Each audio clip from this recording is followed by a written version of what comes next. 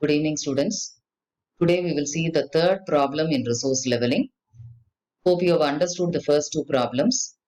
Resource leveling, the basic concept here is to work on constrained resources in the problem. That is, work on limitation on availability of resources. Okay, and then balance the resource demand such that the total demand per day is less than or equal to the availability given in the problem.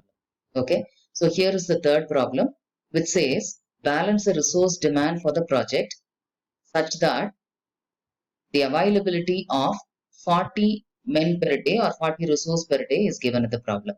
Okay, so here they have given the data of activities given with the immediate predecessor relationship. So they have not given the activities with even numbers. Instead, activities with immediate predecessor relationship has been given.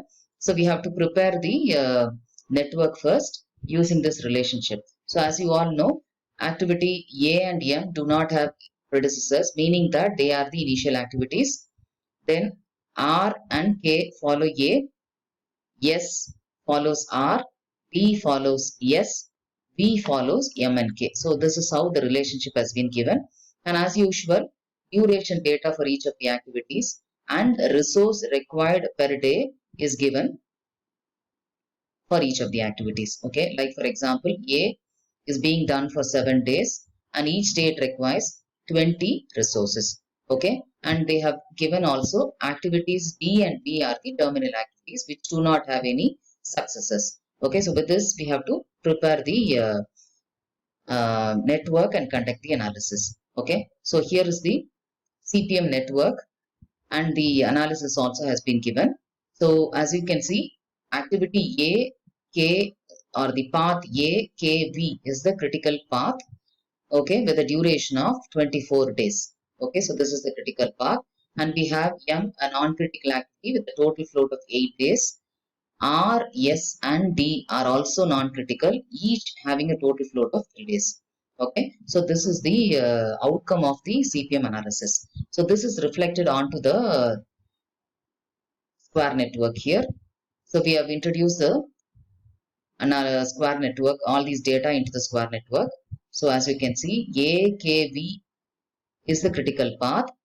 M is a non-critical activity with a total float of 8 days. R, S and D are also non-critical with a total float for each activity as 3 days. Okay. Now I'm introducing the resource requirement for each of the activities by the side of the duration within brackets like this. Okay. And then using this, I'm going to calculate what is the total demand per day by moving vertically against each of these activities. Each day I'm going to move vertically and find out what is the demand. So if I calculate like that, on the first 7 days, I have A and M being done in parallel with a total demand of 40. Okay, so first 7 days it is 40 is the demand. Then we have R and K being done in parallel for another 6 days. Okay, so it's 30 plus 30, 60 for another 6 days. That is up to the 13th day. 7 plus 3, 13th day. 7 plus 6, 13. So it is 60 up to the 13th day. Then on the 13th day, R gets completed. Then we have S and K in parallel with a demand of 30 plus 20, 50. So 50 is for another 2 days. Okay. Then you have K getting completed. So S with 1 day comes along with V and the demand becomes 20 plus 20, 40. Okay. And then S gets completed. Then we have D and V in parallel with a total demand of 40 again up to 21st day. Then on the 21st day, D gets completed. We have only V with a demand of 20 for 3 days. So this is the condition or this is the total demand for each day up to the 24th day. Then you can see that in this zone up to the 8th day to the 15th day, there is an increase in demand. First 7 days, the demand is exactly equal to the availability of 40 men. Okay. Similarly, on the rest of the side, it is like this. So as usual, we will take this data and reflect it onto the resource usage profile. So this is the resource usage profile. And as you can see, 40 is the this red line corresponding to 40 is giving the total availability per day. Okay, over that we are mapping the resource usage demand per day from the previous data calculation, and we find that this zone is overshooting the availability. So it has to be balanced. So resource leveling, every day we have to go for balancing, and first 7 days balancing is not required because it's already balanced and your total demand is equal to the total availability. That means first 7 days, A and M have a total demand of 40, which is exactly matching with the total availability. So first 7 days, we don't have to go for balancing. Now, from the 8th day onwards, 30 plus 30, 60 is the demand. So demand is more than the availability. So since K is critical, I'm not going to disturb K. Instead, I will shift R, S and D by the total float of 3 days. So if I shift it for 3 days, 8, 9, 10, these 3 days, K alone will be being done. Okay, so that I'm reflecting onto the square network here. So this is what I'm doing. So you see, non-critical activity M need not be shifted. Why this? See, one important point I need to tell here before you go to the 8th day. See, M is a non-critical activity which has got a total float of 8 days. But then M need not be shifted in this case because M along with A itself is matching with the availability. It is literally satisfying the condition of total demand being equal to the availability, and therefore we are not going to shift M. So it's not mandate that all the non-critical activities will have to be shifted by their total float value. So here M we are not shifting. So M is being done in parallel with this critical activity, and we are not going to shift M. And only the next path R, S and D by the total float of 3 days we're going to shift. So as you can see here, first 7 days, day 1 to day 7, the total demand is equal to total availability. Hence, already it is level and nothing needs to be done. And the important note here is non-critical activity M need not be shifted. Now, day 8 onwards up to day 10, this is the condition existing. So, we will be shifting the non-critical activities R, S and D by the total float of 3 days. So, this is what we are doing. And now we are going to see what is happening to the total demand. Okay. Here is the total demand. So I'm shifting R, S and D by total float of 3 days. So the total float of has been, these three activities have been shifted by the total float and now they have become critical. Now this scenario, we are going to see what is happening to the total demand per day. So if you see that up to the 10th day, the demand is less than or equal to the availability. From the 11th day onwards, it is exceeding the availability. So up to the 10th day, it has been leveled by doing this shifting process. Now, these two paths are critical. So we have to go for further extension of any of the non-critical activities.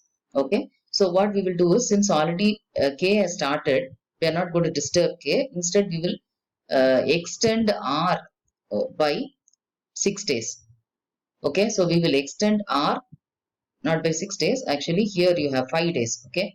Why? Because K has a total duration of 8 days, of which 3 days total float literally has leveled the resource here. So balance 5 days is there. 5 days are there. So that 5 days I'm going to shift R. Okay. So if I shift R by 5 days, what will happen is R will start from the 16th day.